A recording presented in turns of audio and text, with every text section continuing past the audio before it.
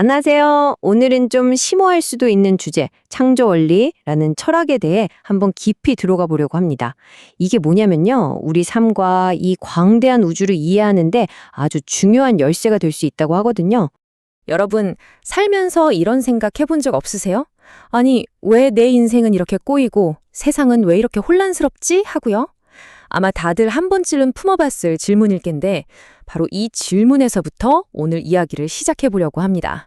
우리는 보통 눈앞에 보이는 이 복잡한 상황들 속에서 어떻게든 해결책을 찾으려고 하잖아요.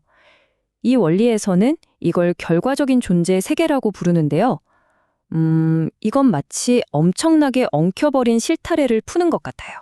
어디서부터 손대야 할지 막막한 거죠. 그런데 말이죠. 만약 그 해답이 이 엉켜있는 결과가 아니라 애초에 이 모든 걸 시작하게 만든 그 원인에 있다면 어떨까요? 이 창조 원리가 바로 이걸 이야기하는 겁니다. 겉으로 드러난 결과를 제대로 알려면 그 뿌리가 되는 원인부터 파고들어야 한다는 거죠. 관점을 확 바꾸는 거예요. 자, 그럼 본격적으로 관점을 한번 바꿔보죠. 창조 원리에서 말하는 첫 걸음은요, 눈에 보이는 복잡한 현상이 아니라 그 근원을 보는 겁니다. 그리고 이 원리에서는 그 가장 궁극적인 원인을 원인적 존재, 바로 하나님이라고 설명하고 있습니다. 여기서부터가 정말 재밌어지는데요. 이 원리가 이 세상 모든 존재의 근본적인 본질을 어떻게 설명하는지 한번 들어보세요. 핵심은 뭐냐? 바로 모든 것이 이중적인 특성, 그러니까 두 가지 속성으로 이루어져 있다는 겁니다. 자, 이 표를 한번 보세요. 되게 흥미롭죠? 아주 작은 소립자에서부터 우리 인간까지 모든 존재는 보이지 않는 내적인 측면과 눈에 보이는 외적인 측면, 이 두 가지를 다 가지고 있다는 거예요. 원자를 예로 들면 양성자라는 내적 성질과 전자라는 외적 형태가 짝을 이루고요. 우리 인간은 어떻습니까? 마음이라는 내적 측면과 몸이라는 외적 형태가 함께 있잖아요. 이 원리에서는 이 두 가지를 각각 성상과 형상이라고 불러요. 성상은 내적인 성품, 형상은 외적인 모양인 거죠. 중요한 건 이 둘은 절대 떨어질 수 없는 한 쌍이고 우주의 모든 존재를 이해하는 가장 기본적인 틀이라는 겁니다. 자, 그럼 이 성상과 형상은 대체 어떻게 같이 움직이는 걸까요? 여기서 수수작용이라는 개념이 나옵니다. 서로 주고받는 상호작용이라는 뜻인데요. 이게 바로 우주를 굴러가게 만드는 거대한 엔진 같은 거예요. 모든 존재가 살아가고 번성하고 활동할 수 있는 근본적인 힘이 바로 이 수수작용에서 나온다는 거죠. 지금까지 우주가 어떻게 작동하는지에 대한 그림을 봤다면 이제 훨씬 더 근본적인 질문을 던져봐야겠죠. 바로 왜입니다. 도대체 이 모든 창조의 궁극적인 목적은 뭘까요? 이 원리에서는 모든 안정적인 관계를 위한 일종의 설계도를 제시하는데요. 이걸 사위기대라고 부릅니다. 좀 복잡하게 들릴 수 있지만 간단해요. 1단계, 모든 것의 시작점인 기원이 있고요. 2단계, 여기서 주체와 대상이라는 둘로 나뉩니다. 그리고 마지막 3단계, 이 둘이 서로 수수작용을 통해서 완벽하게 하나가 되는 거죠. 이렇게 해서 안정적인 기반이 만들어진다는 겁니다. 그럼 이 구조는 대체 왜 필요할까요? 바로 기쁨 때문입니다. 창조주, 그러니까 주체가 자신의 창조물인 대상을 보고 그 대상에 비친 자기 모습을 보면서 기쁨을 느끼기 위해서라는 거죠. 마치 우리가 자연을 보거나 멋진 작품을 만들었을 때 느끼는 그런 뿌듯함과 기쁨 같은 거라고 생각하시면 돼요.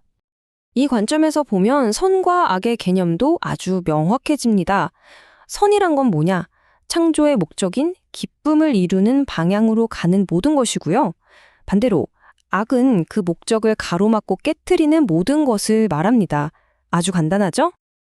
자, 지금까지 거대한 우주의 설계도를 살펴봤는데요.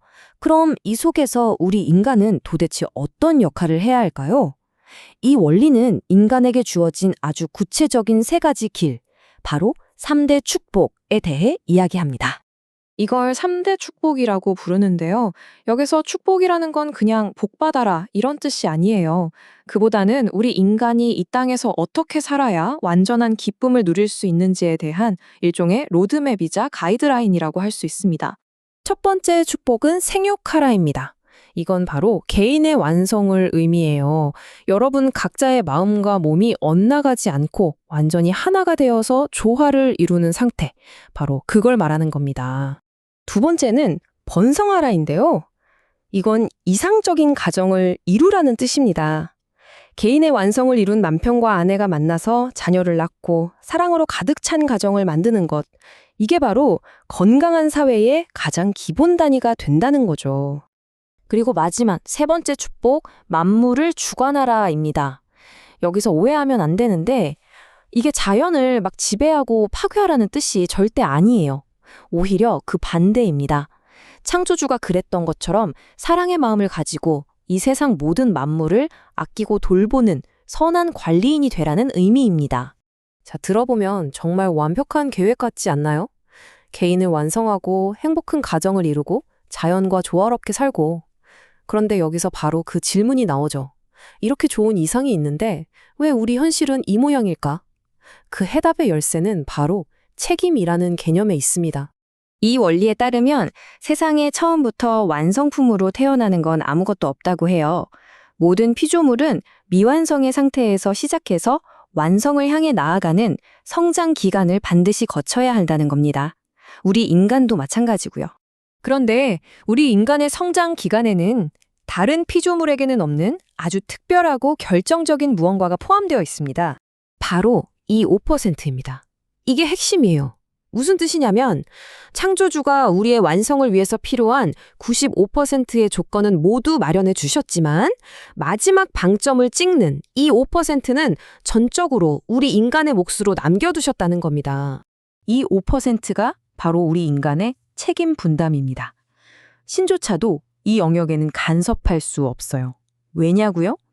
이게 바로 우리를 그냥 만들어진 피조물이 아니라 창조주의 파트너, 즉 공동 창조주로 만들어주는 존엄성의 근거이기 때문입니다. 내 완성의 주인은 바로 나 자신이라는 거죠. 이 책임 때문에 인간은 아주 독특한 위치에 서게 됩니다. 우리는 이 땅에서 육신을 입고 살아가죠? 이건 물질 세계에 속해 있어요.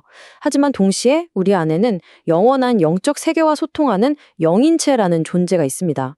말하자면 우리는 보이는 세계와 보이지 않는 세계, 그 두 세계를 연결하는 유일한 다리 같은 존재인 셈입니다.